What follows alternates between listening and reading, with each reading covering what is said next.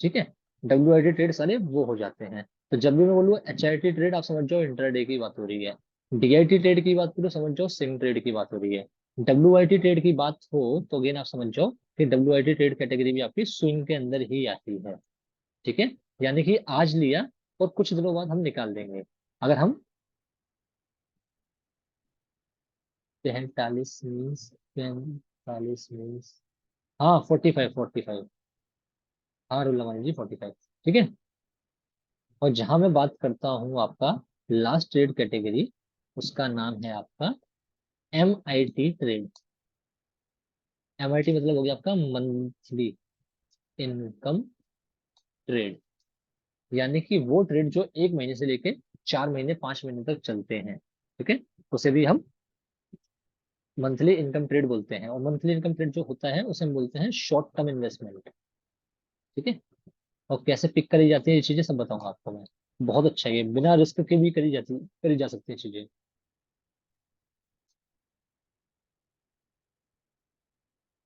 Short term investment, ये सब कुछ आपके नोट्स में लिखा हुआ है, ऑलरेडी लिखा हुआ है। ठीक है। समझ लो, मैं चार टर्मिनोलॉजी का यूज करूंगा बहुत ज्यादा फ्रीक्वेंटली। HIT यानी कि आर्ली इनकम ट्रेड, जो कि इंट्राडे होता है बेसिकली आपका। ठीक है। जो हम डेली बेसिस पे करते हैं, जो आप और मैं कॉल पुट कर रहे हैं ना, अभी आपको वो पता नहीं है क्या है। तो बेसिकली HIT कैटेगरी के अंदर आपका आता है, आर्ली इनकम ट्रेड की कैटेगरी के अंदर आता है। DIT daily income trade category के अंदर आपका स्विंग ट्रेडिंग हो गई। ठीक है। कैसे करेंगे? वो हम स्टॉक्स में भी करेंगे, वो हम हर जगह करेंगे। WIT की अगर हम बात करते हैं तो वो वीकली इनकम ट्रेड हो गया। यानी कि आज ले लिया, 1 week 2 week 3 week 4 week 5 week के अंदर जाके हमें वो 10 15 30% का प्रॉफिट दे देगा। यानी कि लाख रुपए के 1,20,000 हो जाए, लाख रुपए के एक 25 हो जाए, मतलब 20 25% ROI आपके उस पर आ जाएगी, अमाउंट पे आ जाएगी, इन्वेस्टेड अमाउंट पे आ जाएगी। तो हम स्विंग बोलते हैं, वीकली इनकम ट्रेड बोलते हैं। MIT की बात करूँ तो उसे मंथली इनकम ट्रेड बोलते हैं। 1 मंथ से लेके 4 5 महीने तक जो ट्रेड चले उसे हम मंथली इनकम ट्रेड बोलते हैं। और इसे शॉर्ट टर्म इन्वेस्टमेंट भी बोलते हैं, जिसमें 30 से 40 से 50% तक की ROI भी आ जाती है। ठीक है। चलो, ये होगी आपकी चीजें। ओके। और FTF के अंदर मैं 3 टर्मिनोलॉजी और आपकी यूज करूंगा। ठीक है। वो 3 टर्मिनोलॉजी क्या होगी आपकी? ये चार तो मैं यूज करूंगा ही करूंगा। इसके बाद और 3 टर्मिनोलॉजी यूज करूंगा, जिसमें आपका पहला है HTF। HTF हो गया आपका हाइयर टाइम फ्रेम। ठीक है। क्योंकि देखो, वर्ल्ड के नंबर 1 सेटअप को लगाने के लिए ना आपको मल्टीपल टाइम फ्रेम के ऊपर एनालिसिस करनी पड़ेगी। ठीक है। जैसे बहुत सारे लोग सपोर्ट और रेजिस्टेंस को ढूंढते हैं 1 घंटे पे, कोई 45 मिनट पे ढूंढता है, कोई 30 मिनट पे ढूंढता है। ऐसे ही जब हम FTF लगाएंगे, वर्ल्ड नंबर 1 सेटअप लगाएंगे, तो सबसे पहले हम यूज करेंगे हाइयर टाइम फ्रेम, यानी कि बड़ा टाइम फ्रेम।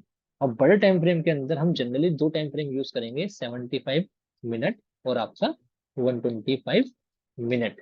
ये सब आपके नोट्स में लिखा हुआ है, बट स्टिल आप नोट कर सकते हो। ठीक है। हाइयर टाइम फ्रेम की जब भी मैं बात करूंगा तो सिंपली मैं पूछूंगा कि देखो मैं हाइयर टाइम फ्रेम की बात कर रहा हूँ, तो फटाक से आपको बोलना है सर आप 75 मिनट या 125 मिनट की बात कर रहे हो। ठीक है। हाइयर टाइम फ्रेम की जब भी मैं बात करूँ, मैं बात कर रहा हूँ फिर 75 मिनट और 125 मिनट की। तो इनमें से जो सूटेबल होगा अकॉर्डिंग टू द सिचुएशन हम उसको देखेंगे। ठीक है। अब सिचुएशन क्या होगी कैसे होगी वो बात की बात है। मैं जहां भी हाइयर टाइम फ्रेम की बात करता हूं तो 75 मिनट और 125 मिनट की बात मैं कर रहा हूं। ठीक है, इतना समझो। जहां भी मैं ITF की बात करूंगा, ITF बोले तो इंटरमीडिएट टाइम फ्रेम। जहां भी मैं ITF की बात करता हूँ उसका मतलब हो गया आपका इंटरमीडिएट टाइम फ्रेम। यानी कि ना ही बहुत ही बड़ा टाइम फ्रेम, ना ही बहुत छोटा टाइम फ्रेम। जब भी इंटरमीडिएट टाइम फ्रेम की बात करूं तो मैं बात कर रहा हूँ आपका 25 मिनट और 30 मिनट की। समझ में आया आप लोगों को? जब भी मैं इंटरमीडिएट टाइम फ्रेम की बात कर रहा हूँ, यानी कि ना ही बहुत बड़ा टाइम फ्रेम ना ही बहुत छोटा टाइम फ्रेम, तो मैं बात कर रहा हूँ 25 मिनट और 30 मिनट। फटाक से जैसे मैं बोलता हूँ कि सर कि हमें इंटरमीडिएट टाइम फ्रेम को यूज करना है, आप तुरंत बोलोगे सर 25 मिनट का और 30 मिनट का। ठीक है। फिर हम आते हैं LTF के ऊपर। LTF का मतलब हो गया आपका लोअर टाइम फ्रेम। ठीक है। लोअर टाइम फ्रेम की हम बात करते हैं तो जनरली इसके अंदर 2 टाइम फ्रेम को काउंट करते हैं हम। पहला हम करते हैं 10 मिनट का, 3 टाइम फ्रेम को करते हैं सॉरी, फिर हम यूज करते हैं 15 मिनट का। ठीक है। और कई कई बार हम 25 मिनट का भी यूज करते हैं। अब एक चीज आपको याद रखनी है कि जो 25 मिनट का टाइम फ्रेम है वो लोअर टाइम फ्रेम के अंदर भी है, 25 मिनट का टाइम फ्रेम आपका इंटरमीडिएट टाइम फ्रेम के अंदर भी है। ठीक है। अगर लोअर टाइम फ्रेम के अंदर हम 10 और 15 मिनट को यूज कर रहे हैं, तो इंटरमीडिएट टाइम फ्रेम के अंदर हम 25 मिनट को यूज कर सकते हैं। अगर हम लोअर टाइम फ्रेम के अंदर 25 मिनट का इस्तेमाल कर रहे हैं, तो इंटरमीडिएट टाइम फ्रेम के अंदर हमें 30 मिनट का ही इस्तेमाल करना है, हम 25 मिनट का नहीं कर सकते। यानी कि कोई भी दो टाइम फ्रेम एक साथ यूज नहीं हो सकते। किस किस को समझ में आए, या फिर मैं रिपीट करूँ ये बात? आसान सी बात है। हाँ जी, समझ में आया आप लोगों को क्या बोल रहा हूँ मैं?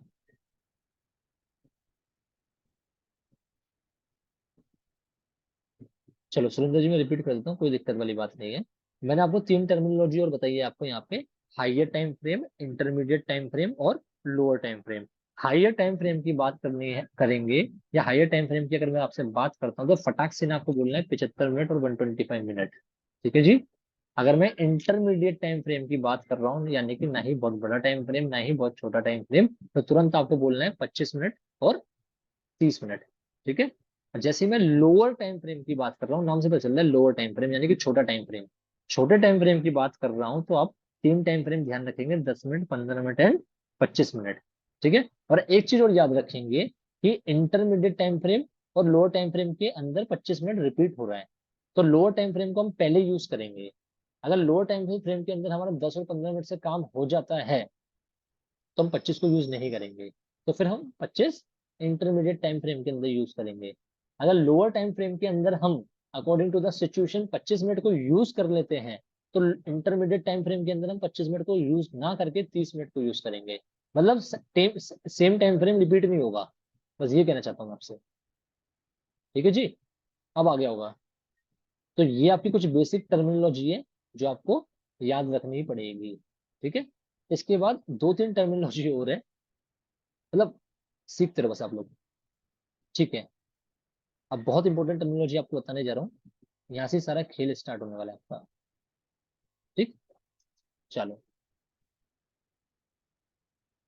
Are B R, R B R, R B D, D B R, D B D. ये चार पैटर्न मैंने आपके सामने लिखे हैं, चार चीजें आपके सामने लिखी है। ठीक है। जहां पे R stand for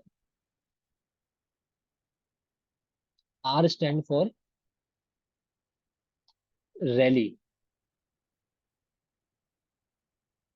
are stand for rally candle.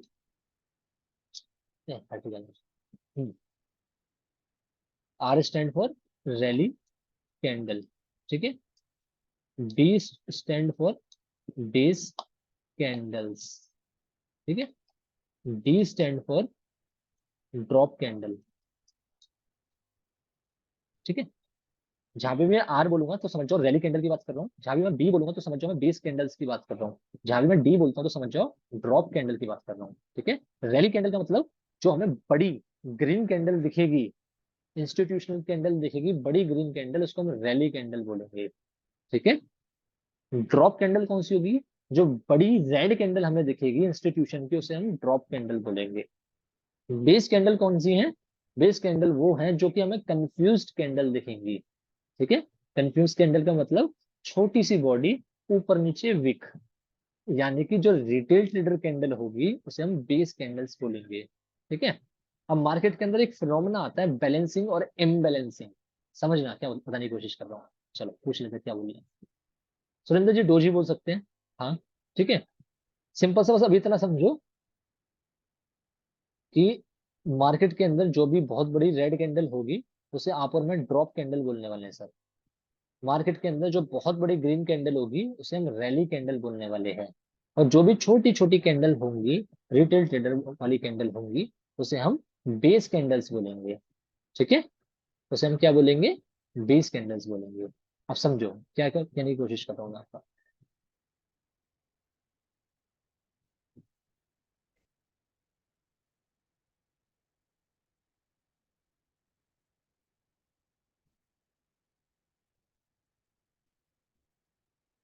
अब मार्केट के अंदर आपकी ना इम्बैलेंसिंग चलती है, बैलेंसिंग और इम्बैलेंसिंग। तो फिनोमेना क्या होता है उसको समझो, इससे पहले और चीज बता देता हूँ थोड़ा सा। काम लिया, काम लिख दिया। हम्म। ठीक है।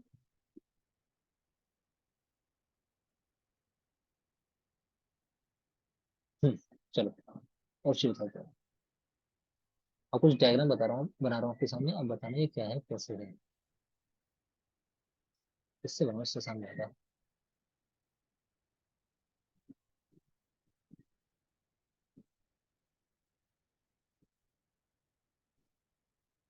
हाँ वाह।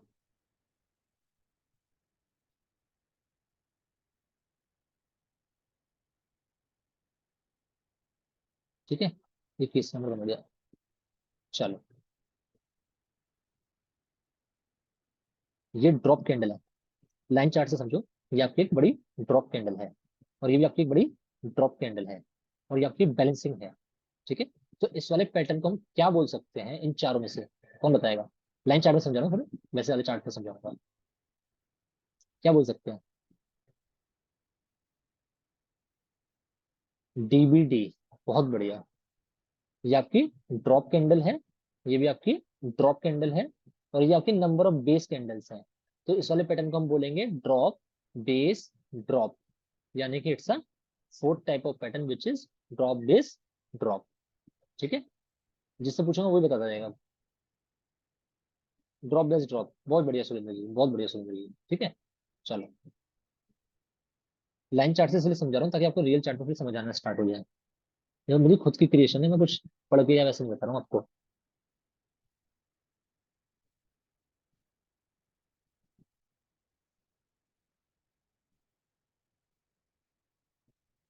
हाँ जी, जिससे पूछूंगा वो बताएगा। चलो सभी लोग बताओ, इस वाले पैटर्न को अपन लोग क्या कह सकते हैं? DBR, DBR, DBR. समझ आ रहा है ना, बहुत आसान सी चीज है। यानी कि बड़ी सी ये रेड कैंडल है जो फॉलिंग कैंडल है, यानी कि ये ड्रॉप कैंडल हुई। ये आपकी बैलेंसिंग चल रही है, यानी कि ये नंबर ऑफ बेस कैंडल हुई। पर अगेन ये आपकी रैली कैंडल हुई। तो आपको एक चीज समझ आई, पहले इंस्टीट्यूशन ने रेड कैंडल बनाई। ठीक है। यानी कि इंस्टीट्यूशन ने फंसाया, सब लोगों को पुट साइड बिठाया, सब लोगों को शॉर्ट साइड बिठाया, यानी कि सबको बताया कि मार्केट यहाँ से गिरने वाला है। फिर मार्केट को थोड़ा सा साइडवेज कर दिया। किसने करा? आपने और मैंने करा, रिटेल ट्रेडर ने, क्योंकि हम बच्चे हैं, हम तो कभी मार्केट को मूव नहीं करा सकते। यानी कि यहाँ पे प्रीमियम का डिके भी हुआ, और लोगों को शॉर्ट पोजीशन में बिठाया। फिर झटके से मार्केट को वो ऊपर लेके चले गए। तो यानी कि वो लोग ट्रैप हुए जो शॉर्ट पोजीशन में बैठे थे। ठीक है। और एक पैटर्न बना दिया आपका, जिसको हम बोलते हैं drop base rally, DBR formation of FTF. ये चार ही फॉर्मेशन बनेंगी, चारों को ध्यान से सुन लेना। चार का समझाऊंगा तो मजा आएगा आपको। ये ड्रॉप बेस रैली फॉर्मेशन बनी आपकी। चलो, अब एक फॉर्मेशन लिखते हैं। ये बहुत बेसिक ही चल रहा है, लेकिन ये पता होना बहुत जरूरी है।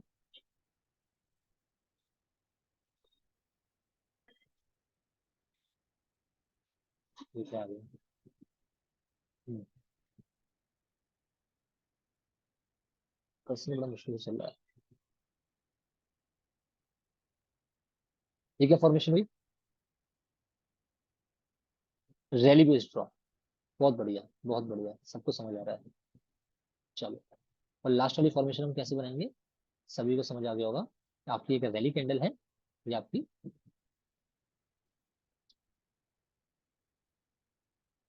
बीस कैंडल से, और अगेन ये ऊपर भाग गया, यानी कि रैली कैंडल है। आरपीआर। ठीक है। बहुत बढ़िया, बहुत बढ़िया। इजी है, इजी है। ठीक है। थोड़ा सा इसको डिफिकल्ट करते हैं। ये आरबीआर हो गया आपका। ठीक है। यानी कि इनमें से जो दो फॉर्मेशन है, आरबीआर और डीबीडी। अगर हम आरबीआर और डीबीडी की बात करते हैं, सबसे पहले आरबीआर की बात करें, तो ये आपका कॉन्टिन्यूएशन फॉर्मेशन है। ठीक है। ये क्या होता है बताऊंगा आपको। इनमें से अगर हम आरबीडी की बात करें, रैली बेस्ड ड्रॉप, तो ये आपकी रिवर्सल फॉर्मेशन है। ठीक है। अगर हम आपका यहाँ पे डीबीआर की बात करते हैं, ठीक है, डीबीआर की बात करें तो ये भी आपका रिवर्सल फॉर्मेशन है। ये रट्टा नहीं मानना, समझना कैसा है बताता हूँ आपको। अगर हम डीबीडी की बात करते हैं तो again it's a continuation formation. Continuation formation की अगर हम बात करते हैं तो कॉन्टिन्यूएशन फॉर्मेशन का मतलब हो गया जो आपका विद द ट्रेंड चलते हैं और लगातार एक ही ट्रेंड में चलता रहता है। यानी कि हाइयर हाई चल रहा है तो हाइयर हाई चल रहा है, लोअर हाई चल रहा है तो लोअर हाई चल रहा है। ठीक है। यानी कि जो भी आपके कॉन्टिन्यूएशन पैटर्न है, यानी कि डीबीडी और आरबीआर वो आपके कॉन्टिन्यूएशन पैटर्न है। आरबीडी और डीबीआर आपके रिवर्सल फॉर्मेशन है। कैसे समझने की कोशिश करते हैं, चलो। आरबीआर की अगर मैं बात करता हूँ, समझना, आरबीआर की अगर मैं बात करता हूँ तो ये हुआ रैली कैंडल। ठीक है। ये हुई आपकी नंबर ऑफ बेसिक कैंडल्स जो छोटी छोटी बननी है, जिसे हम बोलते हैं इम्बैलेंस। अभी ये बैलेंस हो रहा है, देखो यहाँ पे बैलेंसिंग हो रही है। बैलेंसिंग मतलब यानी कि नंबर ऑफ बाइंग ऑर्डर जितने हैं उतने ही लगभग नंबर ऑफ सेलिंग ऑर्डर्स हैं, तो जिसकी वजह से मार्केट आपका एक रेंज के अंदर है। ना ही बायर्स के अंदर बहुत ज्यादा पावर है कि उसको झटके से ऊपर ले जा सके, ना ही सेलर्स के पास बहुत ज्यादा पावर है कि उसे झटके से नीचे ले जा सके। तो मार्केट के अंदर आपका ऐसे ही तो होता है। ठीक है। मार्केट या तो झटके से ऊपर जाएगा, फिर उसके बाद साइडवेज हो जाएगा, फिर वो दोबारा बताएगा कि झटके से ऊपर निकलना है या झटके से नीचे आना है। ऐसे ही होता है ना। मार्केट वन साइडेड मूव देगा पहले, फिर थोड़ी देर साइडवेज हो जाएगा, साइडवेज के बाद या तो झटके से ऊपर निकलेगा या झटके से नीचे निकलेगा। तो आप समझो यहाँ हो क्या रहा था। यहाँ पे आपका टग ऑफ वॉर का कंपटीशन चल रहा था। दो टीमें थी यहाँ पे, ऑलरेडी पहले बता चुका हूं आपका। ठीक है। ऑलरेडी आपको पहले बता चुका हूँ। यहाँ पे दो टीमें थी और दोनों टीमें ना बराबर से रस्से को बराबर खींच रही है। ए टीम भी बराबर खींच रही है, बी टीम भी बराबर खींच रही है, जिसकी वजह से ना ए को बीच बी को खींच पा रहे ना बी ए को खींच पा रहे। ठीक है। यानी कि यहाँ पे आपकी स्टेट ऑफ इक्विलिब्रियम चल रहा था। ठीक है। ना ही ए बी पे डोमिनेट कर पा रहा है, ना ही बी ए पे डोमिनेट कर पा रहा है।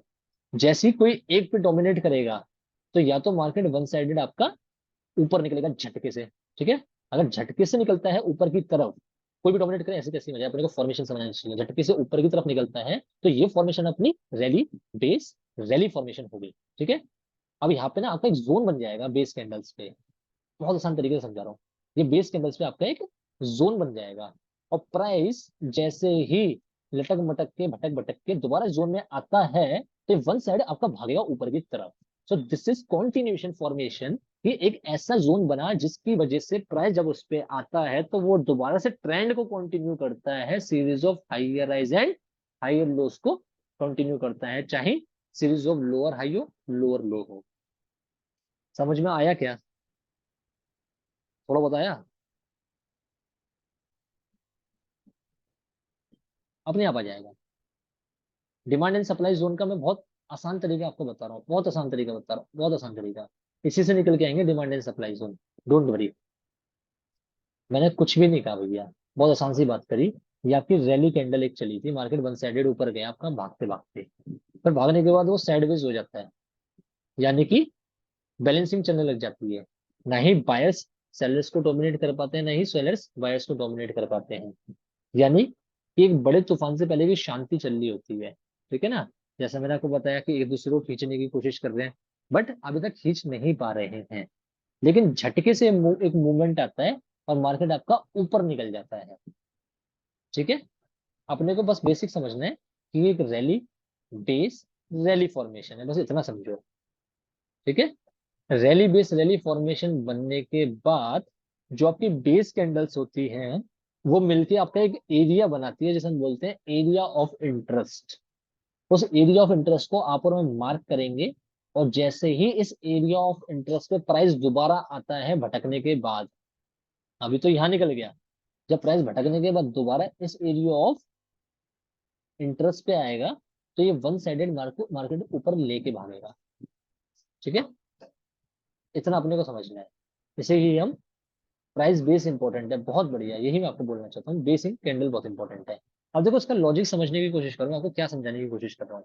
देखो, प्राइस भागा, प्राइस साइडवेज हो गया, पर इंस्टीट्यूशन झटके से मार्केट को ऊपर लेके चले गए। ठीक है।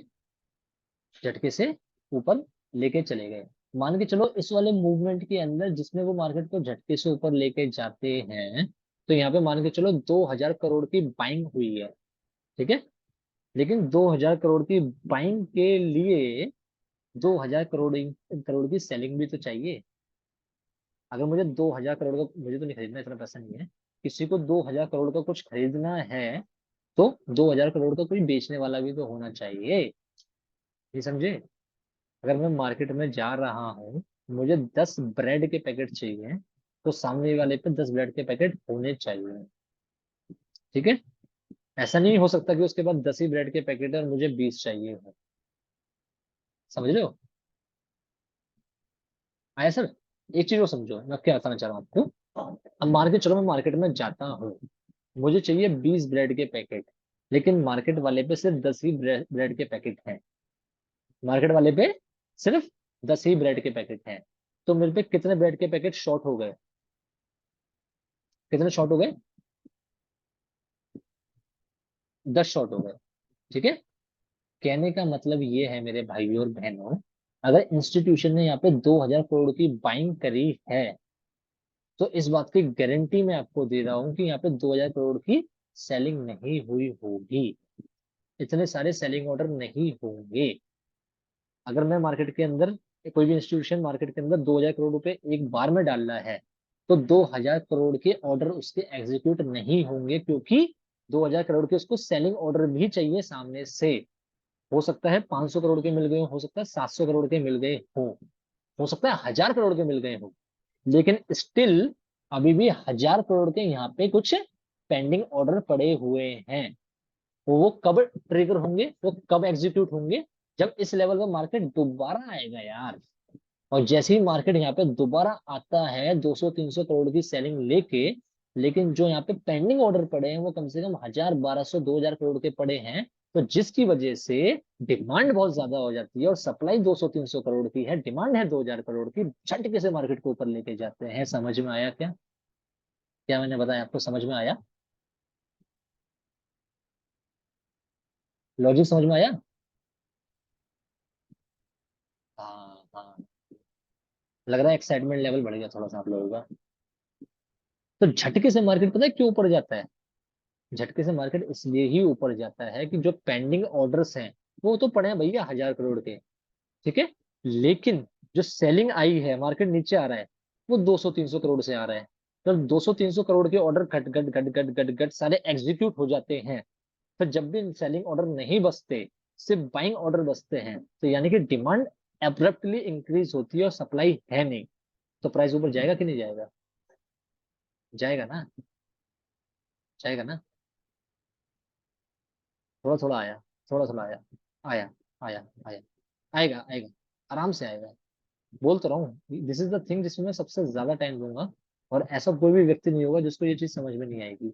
मैं समझा के ही भेजूंगा, एक एक से मैं इंडिविजुअली पूछूंगा, क्योंकि दिस इज समथिंग जो मेरे पास बेस्ट है। इससे ऊपर कुछ भी नहीं है मेरे पास जो सिखा सकता हूँ आपको, ठीक है। चलो, अब एक और केस की बात समझ लेते हैं। ये रैली बेस रैली फॉर्मेशन था, और प्राइस जैसे ही दोबारा इस पे आता है, तो यहाँ से ये ट्रेंड कोई कंटिन्यू करता है, नए हाई कोई बनाने जाता है, ठीक है। अब इसके बाद क्या हो सकता है आपका, कि दोबारा से हल्का सा नीचे आए, और ये लोअर हाई बना के, ओ लोअर लो बना के दोबारा एक नया हाई बनाए। तो यानी कि जो रैली बेस रैली फॉर्मेशन है, वो आपके ट्रेंड को कंटिन्यू करने में हेल्प करता है। यानी कि मैंने आपको बताया जो रैली बेस रैली फॉर्मेशन है सर, वो कॉन्टिन्यूएशन फॉर्मेशन है। बातें समझ आई?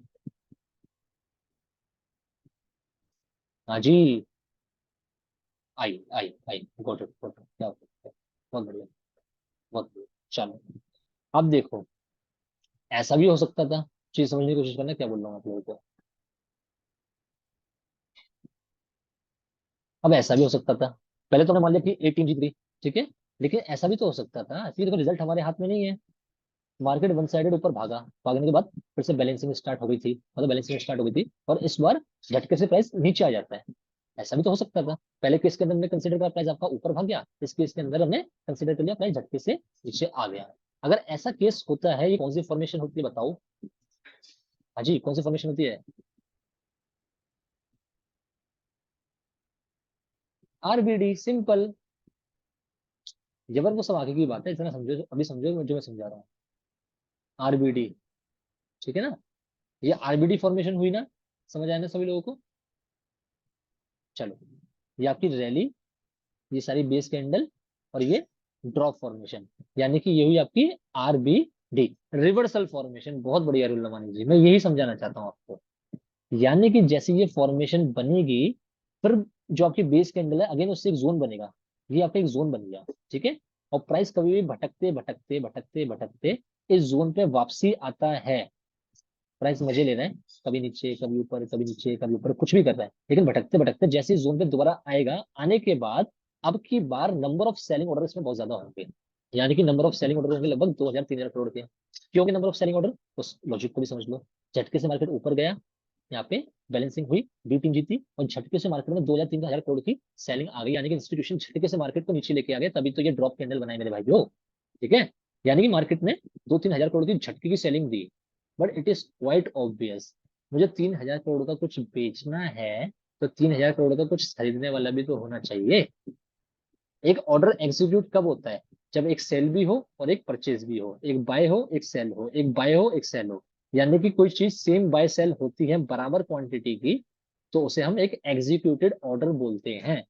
लेकिन यहाँ पे 3000 करोड़ के सेलिंग ऑर्डर पंच हुए, पंच होने के बाद उसमें से जो एग्जीक्यूट हो पाए हैं, शायद 500 करोड़ के हो पाए हों, 700 करोड़ के हो पाए हों, 1000 करोड़ के हो पाए हों, यानी कि अभी भी कम से कम 2000 करोड़ या 1500 करोड़ के, ये लमसम बता रहा हूँ कि इतने के यहाँ पे अभी पेंडिंग सेलिंग ऑर्डर बचे हैं जो अभी तक ट्रिगर नहीं हुए हैं। वो कब ट्रिगर होंगे? वो तब ट्रिगर होंगे जब प्राइस भटकते भटकते इसी जोन में वापसी आती है, क्योंकि इसी जोन में ही वो ऑर्डर पंच हुए थे, यानी कि पेंडिंग पड़े हैं। और जब यहाँ पे 200 300 400 करोड़ की बाइंग होगी, और इन कंपैरिजन वेट जो सेलिंग होगी वो 1500 से 2000 करोड़ की होगी, और जैसे बाइंग ऑर्डर 200 300 करोड़ के खत्म होते हैं और सेलिंग ऑर्डर 1000 1500 करोड़ के बचते हैं, तो यानी कि यहाँ पे डिमांड झटके से कम हुई और सप्लाई बहुत ज्यादा हुई, तो झटके से मार्केट आपका नीचे आएगा, ठीक है। तो झटके से मार्केट ऊपर जिस जोन से जाता है उसे हम बोलते हैं डिमांड जोन। इतना समझ आया आप लोगों को? थोड़ा सा आया कि नहीं आया?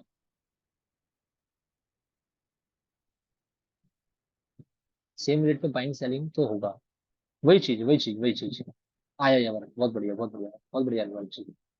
तो यानी कि जो आपका ये रैली बेस ड्रॉप फॉर्मेशन है, ये आपका ट्रेंड रिवर्सल फॉर्मेशन है, यहाँ से ट्रेंड रिवर्सल होगा, ठीक है। ऐसी मैं ड्रॉप बेस ड्रॉप बनाता हूँ, यानी कि ड्रॉप, बैलेंसिंग, फिर अगेन ड्रॉप, फिर मार्केट ड्रॉप पे जाएगी तो नीचे दोबारा आएगी, तो अगेन वो आपकी कॉन्टिन्यूशन फॉर्मेशन होगी। वो आप ड्रॉ करके खुद ही देख लेना, या मैंने नोट्स में आपको प्रमोट कर रखा है, वो आप समझ जाओगे। अभी नहीं भी समझ आ रहा तो कोई दिक्कत नहीं, जब हम इसको जोन्स को बनाएंगे तब आप समझ जाओगे, ठीक है। वैसे ही अगर हम डीबीआर फॉर्मेशन बनाए, हम डीबीआर फॉर्मेशन बनाए, वो भी आपकी एक रिवर्सल फॉर्मेशन होगी। कैसे होगी? देख लेते हैं, बना लेते हैं। सर ये आपकी ड्रॉप कैंडल है, इसके बाद आपकी बैलेंसिंग स्टार्ट हो गई, ठीक है जी। मार्केट साइडवेज हो गया, डीबीआर, यानी कि झटके से मार्केट ऊपर निकलेगा, ठीक है। ये ड्रॉप, ये बेस, ये रैली, ठीक। और बैलेंसिंग के हिसाब से यहाँ पे आपका एक जोन बनेगा, ठीक है, जो कि आपका डिमांड जोन होगा। डिमांड जोन क्यों होगा? क्योंकि हमारी जो मेन कैंडल है, जो बाद वाली कैंडल है, इसे हम मेन कैंडल बोलते हैं, इसका नाम मैं आपको आगे चल के बताऊंगा। उसी के बिहाफ पे जोन बनता है, छोड़ो वो छोड़ दो, तो इतना समझो कि यहाँ पे एक डिमांड जोन बनेगा, और जैसे प्राइस डिमांड जोन के अंदर आता है, वन साइडेडली वो ऊपर भाग जाएगा। तो ये आपका अगेन रिवर्सल फॉर्मेशन बन गई, क्योंकि इंस्टीट्यूशन पहले मार्केट को नीचे लेके गए थे, ठीक है, फिर ये इनबैलेंसिंग, फिर झटके से नीचे निकलना चाहिए था, ऐसा रिटेल ट्रेडर ने सोचा, क्योंकि मार्केट को इंस्टीट्यूशन नीचे लेके जा रहे थे। लेकिन हुआ कैसा? मार्केट को झटके से इंस्टीट्यूशनल ट्रेडर ऊपर लेके चले गए, यानी कि रिटेल ट्रेडर ट्रैप हो गए, ठीक है। तो यानी कि इस जोन में मार्केट दोबारा जैसे आएगा तो one sideways market upside move दे देगा। किस किस को समझ आया ये बताओ? ये बहुत बेसिक है, ये बहुत बेसिक है, बहुत ही ज्यादा बेसिक है।